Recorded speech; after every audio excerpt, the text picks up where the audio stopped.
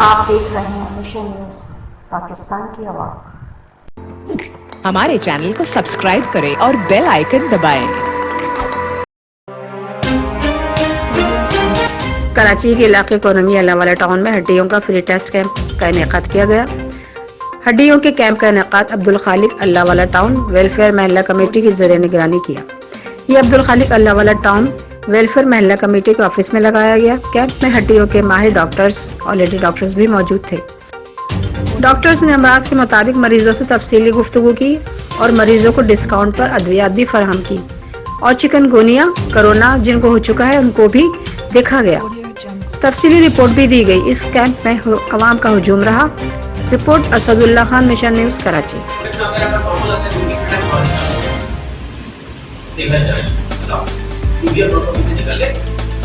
अगर कम आता है तो आपको ठीक करना है। कैसे ठीक करेंगे? हम आपको मेडिसिन देंगे जिनका बहुत खराब है 2 महीने इस्तेमाल करके दोबारा नहीं करना, और जिनका कम खराब है उसे 1 महीने इस्तेमाल करके दोबारा नहीं करना। उसका डाइट बना के देंगे। अगर शुगर है तो प्लीज बताएं, अगर ब्लड प्रेशर है तो प्लीज बताएं, अगर हार्ट का मसला है तो प्लीज बताएं, अगर गुर्दे में पथरी है तो जरूर बताएं।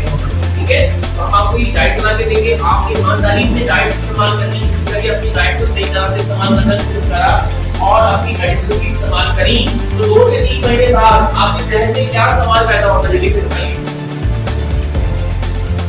क्या सवाल पैदा होगा आपके जहन में?